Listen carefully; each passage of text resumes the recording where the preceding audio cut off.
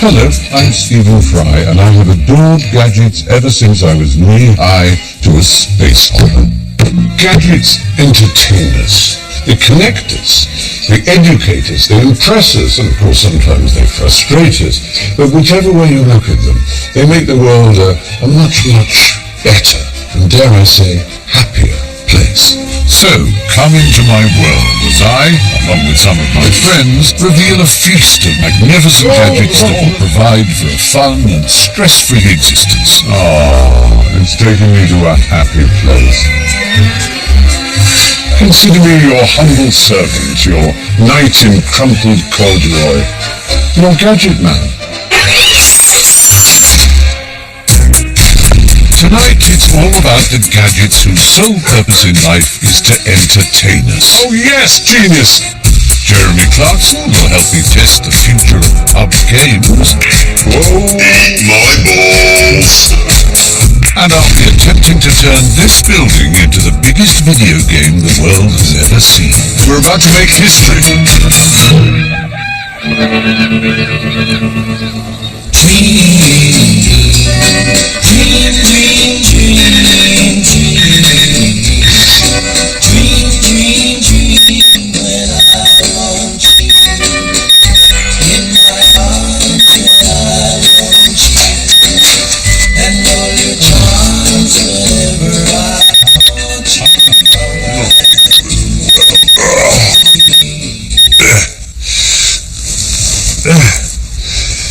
It's instinctive, isn't it? The moment you wake up, you reach for one of these. Not to send a text message or phone someone. In fact, those are considered rather old hat these days. They're about the 5th and 6th most used functions on smartphones. Now we surf the web, we check into our social networking sites, or we play a game. Whereas once it was birds singing that roused us from our slumber, now it's birds being angry. Over 1 billion people, 1 in every 6 of the world's population, have downloaded the Angry Birds game. Yes, Angry Birds is all very well, but my current favourite's a rather sort of more, I don't know, calming. It's got a solace about it. It's called Crochet Jour, and it's a very elegant design. Very beautiful. You have to make a hill for yourself and roll down it. Perfect. And yes, while gadgets have many practical uses, excuse me, what they're best at is entertaining us. Today, even a bathroom can be fun. This futuristic mirror from Hong Kong doubles as a computer display equipped with Wi-Fi, letting you watch TV or browse the internet. One's ablutions have never been so enjoyable. I suppose the most obvious source of technological fun is a video game. It's an incredible $80 billion industry. That's bigger than the entire music business, and it's growing faster than Hollywood. I could play this kind of Atari console, which allows me to play classics like Missile Command and Asteroids and that sort of thing. Or I can be more up to the minute with an Xbox and go online and challenge some random American youth to see who can throw the most hand grenades.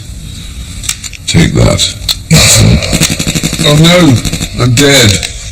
But the charge that's often levelled against gadget-related fun is that it's so solitary and sedentary. But you know, it doesn't have to be so. Where better for some sociable exercise than the park? I'm going to test some fun-time gadgets for the great outdoors.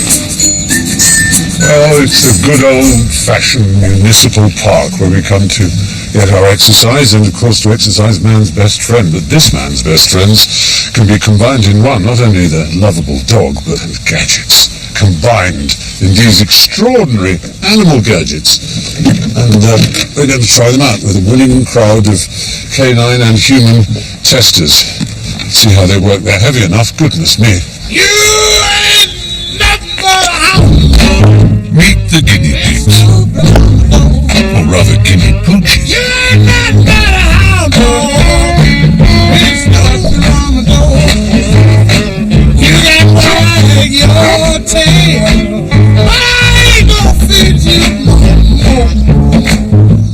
best friend loves playing fetch, and there's a selection of devices available to liven things up.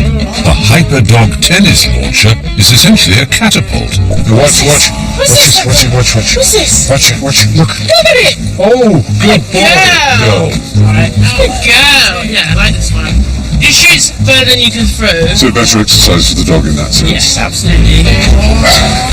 Place a tennis ball in this doggy driver and you can launch it like Tiger Woods, playing crazy golf. If all that's too much effort, then this automatic launcher from America might take your fancy. It can fire a ball 45 feet at the touch of a button. Whoa, there goes another one. Not everything I've brought along is a hit. The safe stick is less prone to splintering and harbouring bacteria than the normal wooden affair, but Molly makes her thoughts on it quite clear. He's now peeing on it. This is a disaster. Now you may be wondering, where's my little pet? Well, I do have one, and he's very special. In fact, this is the first time he's ever been to Britain. Let's see what they make of him. This remote-controlled critter hails from California and is designed to be a toy for lonely canines. Operate him like so. It will do 20 miles per hour on even bumpy grass. As you can see, if you're a dog, it's clearly the next best thing to humping a sofa. They really are absolutely obsessed with it.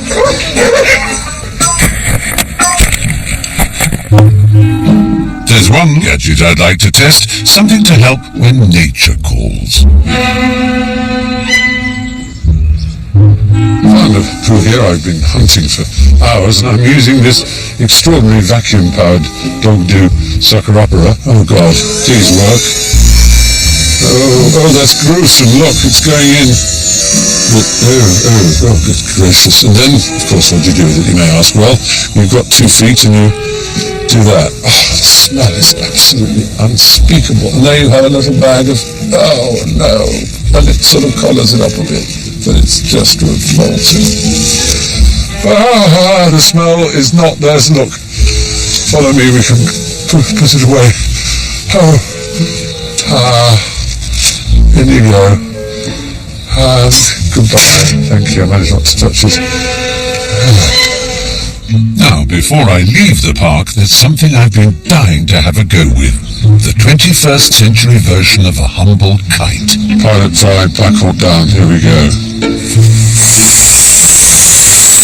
Yes! Oh, brilliant. Hover. This is the Parrot AR drone. You simply download an app to control it, and with 4 rotors, a gyroscope, and an accelerometer to keep it all flying. There's also an HD video camera that records the in-flight action. Perfect for spying on your neighbours in their back gardens. Let's try a flip.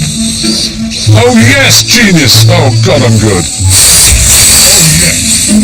All great fun, but what I'd like to do is find a way of making gadgety games much more social and put them on a much grander scale. I need some inspiration.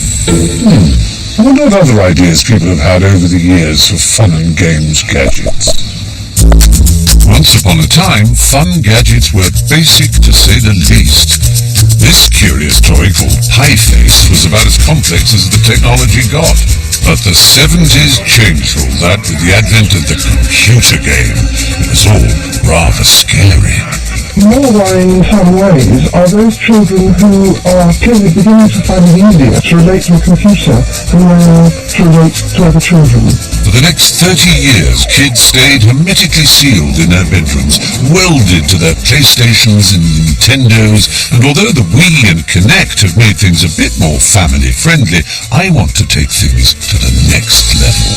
So I thought, why not try and devise a game that was bigger, that was more social, that took place outside? And the answer? The world's biggest video game. First, I'm going to need a screen big enough to play it on, which means commandeering an entire building, the enormous Millennium Mills in London's Docklands. I've also set the Gadget Man Games division to work, producing a bespoke game that can be played by a whole crowd of people via their mobile phones. If they can pull it off, we could be playing our way into the record books. In the meantime, I'm off to a local watering hole to test another batch of fun gadgets. Traditional English inn. What could be more conducive to fun and games than a selection of fine English ales, a clown's lunch, and a gentleman in a corner wheezing into an edition of the Racing Post? As a matter of fact, Henry VII legislated against pub games because he felt that they distracted his men from archery practice. Fortunately, nobody took a blind bit of notice, and the result was a torrent of fruit machines, shove-halfpenny, and quizzes. But what of the 21st century pub game? I'll need a glamorous assistant to help me investigate, of course, and here comes one now. Jeremy Clarkson. So, Jeremy, you're a gadget man like myself, aren't you? Hugely. Yeah. Yes, if I see something, anything, I buy it immediately, and it never works. Ever. Ever. You've got the hot tap, yeah? Just permanently delivers boiling water, and then you have people say, I'll just go wash my hands. I think a quick loosener is in order. You look like a man in need of a stiff drink. This has 10 bottles fixed to it and is an automatic cocktail maker. Already? I want it. Yes, you see? Designed primarily for pub use, you can buy one for the home too, and it takes around 60 seconds to automatically mix a perfect cocktail. The most important thing about this is the designer of it has fitted it with blue lights. Well, you're a fan of blue lights, aren't you? Blue light says Gadget, so that's important. That's important. And what about the actual taste? Do you think it beats the fancy schmancy mixologists that... You'd need Tom Cruise standing next to it to do a taste comparison, but it hasn't made something disgusting. No, well, that's good, exactly. Let's be honest. The result of the Gadget isn't very important. No. The look of it is. It is entirely style over substance. And people who think that that's a bad thing mistake the matter. The style is the point. Let the games begin. First up, darts. We're going to use an app called KL Dartboard. As you can see, I've got 3 darts here. Yeah. You're holding a dartboard. Yeah. This is the magic of the modern world. Or we can sit there, have a drink and talk back. The phone and tablet connect via Bluetooth. You big cheater. Throw a dart from your phone and the accelerometers inside calculate the speed and flight of the dart, so it's surprisingly realistic. You send all 3? I've got one left. Oh, there's always 5. Pay attention. Sorry. We're playing a game of 301, but that might be slightly optimistic. What goes between 10 and 4? Oh, 18. Sorry, what is You that? go opposite. No, it's a 6. 15. No. 13. Is that a 6? 13. So it's hiding. So you've got a double 6. I think we say first double wins. Well, otherwise you'll be here forever. You have actually won there, and I'm not bothered. I've just thought of a brilliant new version. It's real darts, but Piers Morgan. That would be good. Well, This, no. so you're not convinced, Joe? Well, there's another popular indoor pub game that's become popular in the last 30 years. Let's try you upstairs. Follow me. Join us in a moment when I challenge Jeremy to a game of pool from the future. There, it's gone green.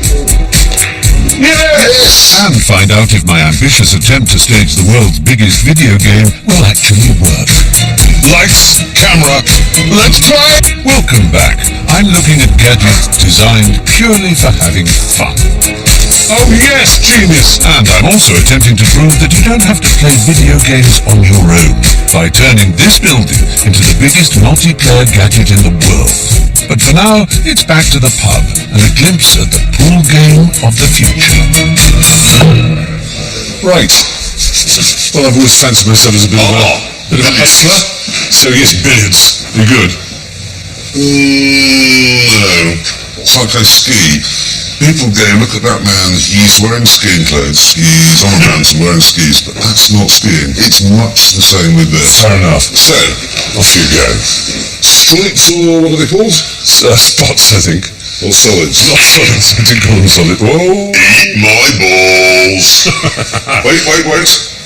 Just as I planned. Well, this is more as I planned. I prepare to be amazed. I have electronic augmented reality on my side. Yeah. Now, let's hope this works. Oh, Some Some scientists from Queen's University in Canada came up with this amazing prototype training device to make potting balls easier. Oh, look at that! Cameras above the table feed the position of the balls on cue to a computer which works out the angles and projects guidance onto the table to help you line up each shot.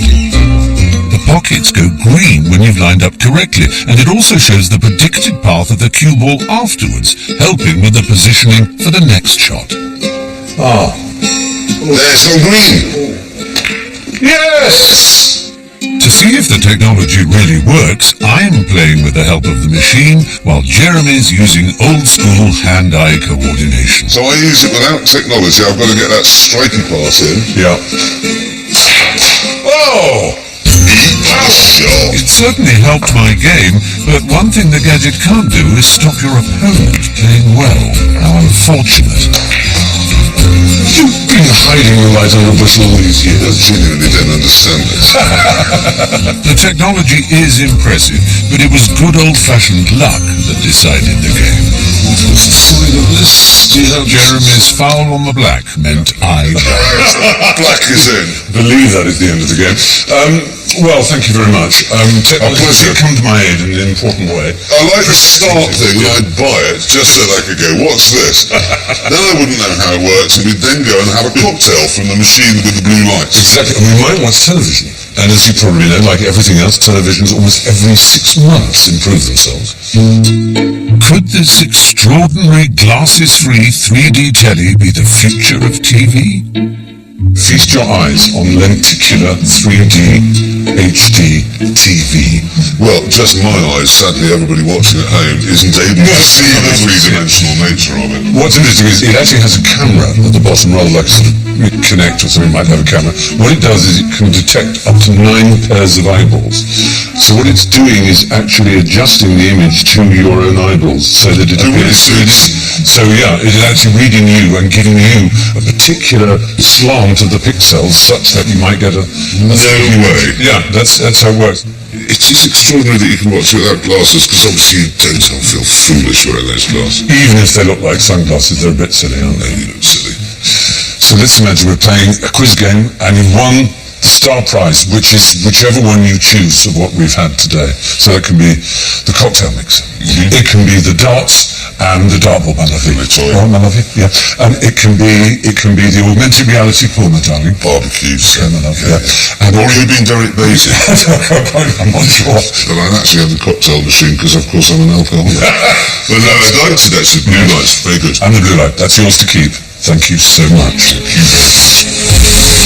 Now, playing around with your mates in the pub is obviously sociable, but it's nothing compared to what we're about to see.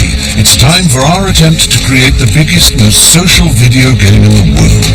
My team of Gadget Man eggheads have been designing and building a game that should let lots of players join in on a massive scale. But will it all work? The plan is to turn this disused warehouse into the world's biggest TV screen. But how? The answer is to project across using 6 of these babies. They're enormous, 2 banks of 3. They're about 40 times more powerful than the kind of projector you'd use in a typical home cinema. And they need to be, because they've got to throw across 200 meters of Thames water onto the facade of the famous old flour mill. So we've got some scale, now I need to make it social. I put out a call to action on Twitter asking for some volunteers to help me, and a keen bunch soon turned up to find out what on earth was going on. Well, I'm here at Mission Control, and you can see here the grid is divided into 40 squares, randomly distributed. Amongst them are 5 glowing keystones, and the aim is to find and destroy those. The game is rather like a giant multiplayer version of Battleships, but here every player in the team has to hit a keystone for it to be destroyed. Once all the keystones have been blown up, the building will collapse and the game is won. So the race is on to uncover the squares and find the keystones. It's kind of like Battleships, but in a strange... Yeah, but better, and on a building on a massive scale. The players are split into 2 teams. I'll be in Team 1, who'll be playing on the left-hand side of the building. Team 2 will play on the right. With 50 players logged onto a web address via their smartphones, the system seems to be holding up, and they're ready to tap in their moves. All right, are you ready? Yes. We're about to make history. This is the world's biggest computer game. So, lights, camera, let's play! Batista after I'll hit target. Come on, let's focus on that, guys. 1, 2, 3. A couple of people kind of assumed like leadership roles and just kind of said, right, you guys do this, this, and this, and then we'll all do this. Anyone can get that second line insert up. So you can see that one's going up there. Yeah, that's a keystroke, yeah, definitely. We all kind of rallied together and got it. It worked really well. Oh, they've got another one. Go on, Team 2, you're doing hopelessly. You're way behind us. Despite my efforts to derail them, 4 minutes into the game, there's nothing between my team on the left and Team 2 on the right. This is going to be close. Oops, it's tense. Once and done. That's brilliant. Oh, I know, it's really tense. The trick is to stay focused and calm amongst all the noise and excitement, but that's far from easy.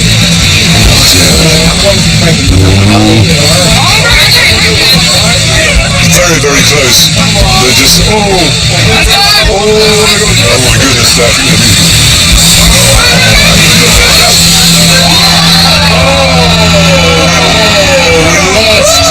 Congratulations!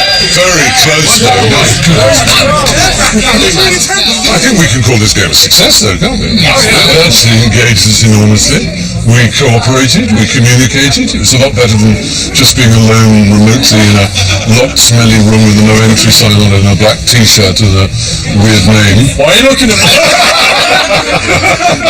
Everybody's really into multiplayer games. They're, you know, the future already. So something like this where you get to utilise like a really big space and people all coming together, it was so much fun that I could definitely see this taking off in the future. This is only the very, very dawn of the whole concept. You know. I would totally go on a team level. Yeah, I think it has a genuine future.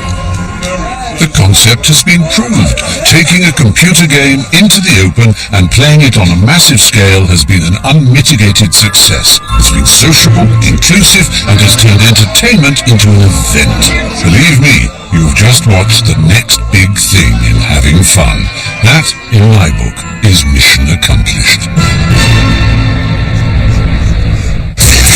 Next time on Gadget Man, I head to the gym to try out some of the latest fitness gadgets. Would you like some tea, dear? I'd love a spray tan. Amy Childs gives me a makeover with some weird and wonderful beauty gizmos. And I create my ultimate fitness super gadget to race against Olympic gold medalist Dame Kelly Holmes. Destroy them.